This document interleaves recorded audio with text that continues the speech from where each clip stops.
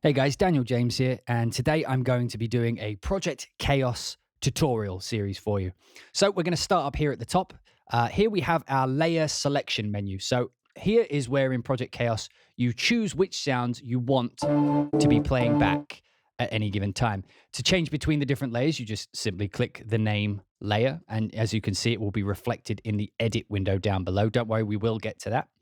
To turn on or off any individual layer, all you have to do is click the little speaker icon next to any of them. Self-explanatory controls here. We have the volume, mute, solo, and the tune knob, which will just change the pitch of any given sound that you're using. Down here we have the pan, again, self-explanatory. And we have this button called menu mode. We'll get to that in a second. But also we have, should you choose to, the option to route any individual layer to a different output in Contact. So the menu mode is directly connected to this edit window down here. So I'll turn this off for now.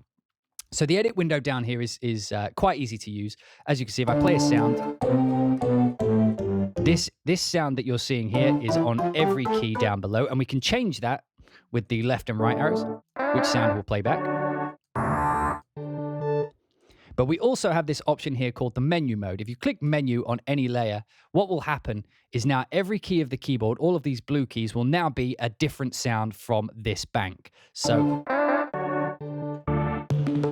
now this can be used for two things. It can either be used for finding sounds that you like, or it can be used for playing sounds together. Because when you have menu mode on, if you push two separate keys, you get all the sounds of those keys played back. This works better if you've got something like a rhythm. So if I was to turn on the rhythm here and then turn on sync, which will take any sound that you have and tempo sync it, we do recommend that you have your loops as 4 bars and preferably a slower, like 90 BPM will usually work better.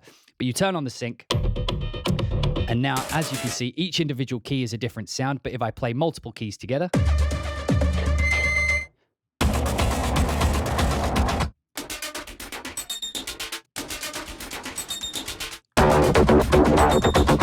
you can create a very complex rhythmic thing very quickly just by playing the different notes. However, if you're using it to choose which sound you'd like to use, you can scroll through the sounds just by pushing the key to find a sound you like. Let's say, for example, I like this one. Now, if I switch menu mode off, that one sample is now spread across the keyboard. So I can use it as a pitched instrument. However, if you want to layer up sounds against each other like this using menu mode, you can change the pitch of the note using the pitch control down here.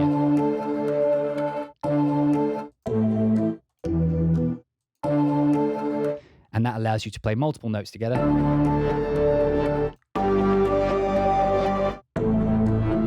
Meaning that one layer can, in fact, have as many individual sounds in it as you would like. The track menu here basically controls whether or not any given sound will change pitch depending on whether you move note or not. So if I play this and if I move up to a higher note, you'll hear that the loop plays at a higher pitch. If we sync that, it's in time, but moving up the keyboard will make the pitch go up.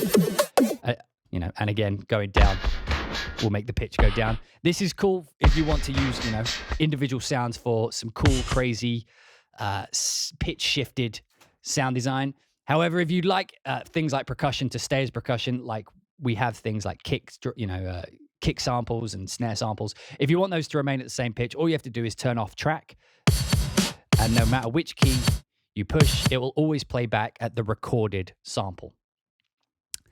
So moving on now, we have our simple ADSR, quite easy to control here. So this is very basic. So every layer has its own ADSR. So if I just change one so you can see the difference, each layer has its own individual ADSR for the filter, which is over here, and you can change filter type up at the top there. And the amount and resonance I'll get to those in a second. But anyway, so the ADSR. So if I bring this down, you can change attack. And of course, it is ADSR, so it's attack, decay, sustain, release. It goes from left to right, ADSR. And as I mentioned, you can have that. And you can create these custom ADSR thing. So you have some things fading in while other things are fading out. Very useful for sound design. So the filter on the right here, as I mentioned, there is an amount. So if I quickly, don't worry, we will get to the step sequencer, but if I just quickly set up a step sequence. And now if I come back to the edit window, if I just pull this down, so this is the filter. And now if I turn the amount up, you can now hear the filter ADSR in action.